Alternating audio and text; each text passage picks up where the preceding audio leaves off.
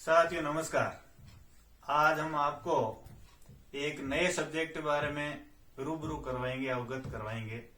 वो है वास्तुशास्त्र। वैसे तो आज के विज्ञान का वास्तुशास्त्र के साथ बहुत सा संबंध है, लेकिन आज हम इसी सब्जेक्ट पर एक विषय विशेषज्ञ से बात करेंगे। हमारे साथ आज यूपी के सहारनपुर जिले से लवप्रीत सिंह जी हैं, जो कि वास्तु विशेषज्ञ है। आइए उनसे आपको मिलवाते हैं। नमस्कार जी। जी नमस्कार। आपके सभी दर्शकों को मेरी तरफ से बहुत बहुत नमस्कार।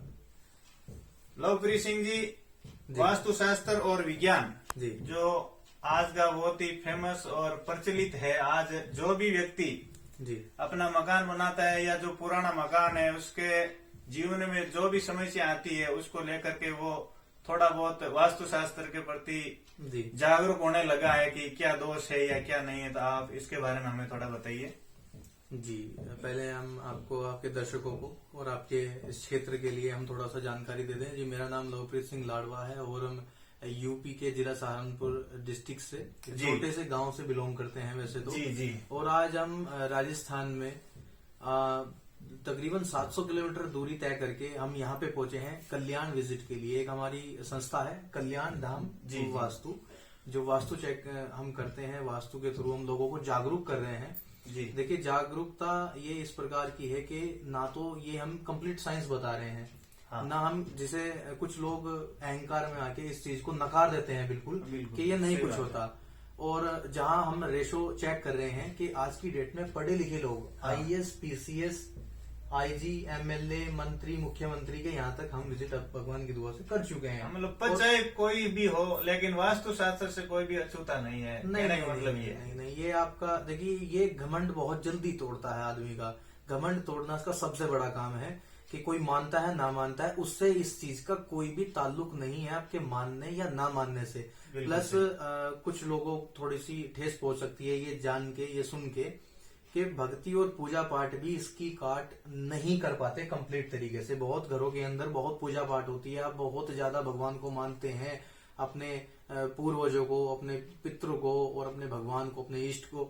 लेकिन ये भी एक देवता है जो अपने से 5.5 फीट की गहराई पे नीचे जमीन में रहता है। अब आप खोद के देखेंगे तो नहीं दिखेगा, लेकिन एक शक्ति जैसे आप मानते हैं इष्ट को, इसी तरीके से ये भी हमारे घर के नीचे वास करते हैं। अगर आप इनके साथ खिलवाड़ करोगे, इनका सर जो होता है वास्तु पुरुष का, वो ईशान कोण में होता है। अगर आपने वहां पे टॉयलेट या सीढ़ियां का निर्माण कर दिया है तो आपका नाश, आपके घर के बच्चों की पढ़ाई का नाश। घर में अगर वहां पे आपने टॉयलेट या आपने सीढ़ियां कर दी हैं एक्सीडेंट के थ्रू, जैसे पंडित जी के यहाँ पे देखा था, सर में चोट आना, बच्चों की पढ़ाई खराब हो जाना, अधरंग पैरालाइज, ये देता ही देता है। असंभव है कि ना ऐसा हो। आप हमें किसी भी कॉलोनी शहर में लेके चले जाइए, हम 20 मकान देखेंगे, 20 मकान की स्थिति घर के बाहर से खड़े होकर बता देंगे। इस बात का दावा है, ये पावर है इस चीज की। मतलब वास्तुशास्त्र अपना इतना असर छोड़ता है कि वो घर के मतलब खुशियां, सुख शांति और आर्थिक समस्याएं छिन भिन कर सकता है। ऐसा जी कर सकता है। आपने कई बार ये देखा होगा, देखो ना तो हिंदू, मुस्लिम, सिख, ईसाई ये सबके लिए सेम है। जी बिल्कुल। अगर हम किसी का घर बाहर से खड़े होकर देख रहे हैं, अगर हमने उस पर टिप्पणी कर दी, उस पर एनालाइज कर दिया, तो वही निकलता है जो हमने बता दिया। देखिए, घर में जाके बहुत सारी चीजें दिखती हैं, लेकिन घर के सामने से सिर्फ हमें गेट दिखता है, और गेट होता है आपके घर का 50%। आप 50% दोष वहीं से मैनेज कर सकते हो, वहीं से ठीक कर सकते हो। अगर आपका गेट आपका गलत हो गया, क्योंकि आपका गेट है आपका चेहरा, आपका गेट है, अगर आपने वही बेकार कर दिया। जब भी कोई एक लड़की देखने के लिए जाते हैं तो क्या बोलते हैं कि पढ़ाई थोड़ा बाद में देखेंगे, पहले हमें एक बार लड़की दिखा दो, चेहरा देखते हैं। तो चेहरा जरूरी है। आपके घर का मेन गेट अगर सही नहीं होगा तो दुर्गति तय है। कितनी भक्ति, कितना पाठ, कितना दान पुण्य कर लेना, ये अगर आप इसके साथ खिलवाड़ करोगे, ये आपको कहीं का नहीं छोड़ेगा बिल्कुल भी। ठीक है जी। और बहुत से लोग आपने ऐसे देखे होंगे कि बहुत कम मेहनत में ही बहुत जल्दी ग्रो कर गए। ठीक है, क्योंकि वो उसका ख्याल रख के अपने घर का निर्माण करते हैं। इसे आप साइंस भी मान सकते हैं या धर्म के अकॉर्डिंग लेना चाहते हैं तो वो भी आप कर सकते हैं, लेकिन कुल मिला के जरूरत है इस चीज को मानने की। ठीक है जी। जो इसके माध्यम से काम कर गए वो उनका बेड़ा पार हो गया है। और जिन्होंने इसके साथ, और कुछ ध्यान रखिए, इसके अंदर कुछ इतने गहरे दोष हैं कि अर्श से फर्श तक की जो आपने वो बातें सुनी है, ये करके छोड़ता है। लास्ट टाइम कल हमारी विजिट हुई है, जो लोग महीने में 30-30 लाख रुपए कमाते थे, उनके पास दक्षिणा रूपी हमारे लिए या किसी के लिए भी उनके पास 1000 का नोट भी नहीं है, 2000 का नोट नहीं है कि वो किसी को दे दें। ये हाल कर देता है आपका।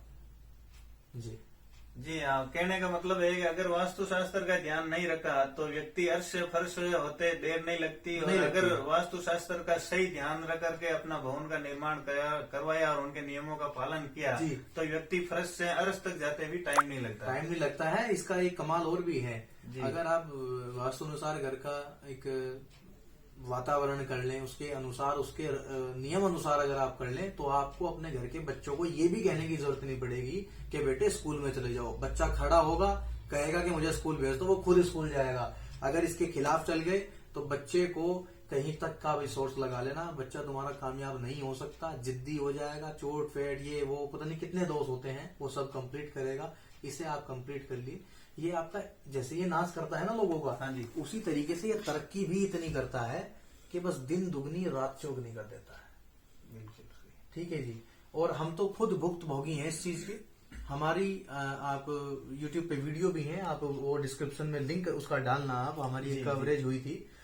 हमारी 92 दरवाजों की हवेली थी गांव में, और हमारे बाबा जी के पास 1500 बीघा जमीन थी। अच्छा, 1500 बीघा जमीन जिसके पास होगी, और उस पूरे क्षेत्र में 4 पहिए का लाइसेंस भी हमारे बाबा जी के पास था। ठीक है, पूरे क्षेत्र के अंदर उस टाइम में चौथे नंबर का जो लाइसेंस था वो हमारे बाबा जी का। तो आप खुद समझ सकते हैं क्या उनकी शोहरत उस टाइम रही होगी। बिल्कुल सही है। और वो 92 कमरों की हवेली के अंदर इतने दोस्त पैदा हो गए। हमारे अंदर भी घमंड था, हमने वो बात बिल्कुल नकार दी। हमने वो दोस्त मानने को तय ही नहीं हुए, हम तैयार ही नहीं हुए कि हम नहीं मानेंगे। हम भी थोड़े मॉडर्नाइज हो गए थे कि हम नहीं मानेंगे, ऐसा कुछ नहीं होता था। लेकिन जब खोने के लिए कुछ रहा ही नहीं हमारे पास, तब हमें ये मजबूरन चीज माननी पड़ी। लेकिन आप ऐसा मत करना, टाइम बदल गया है, समय बदल गया है।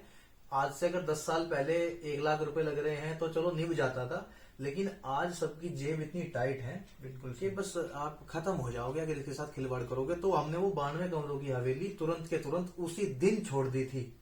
ठीक है, और उसे छोड़ने के बाद लोगों ने हमें बेवकूफ भी बताया।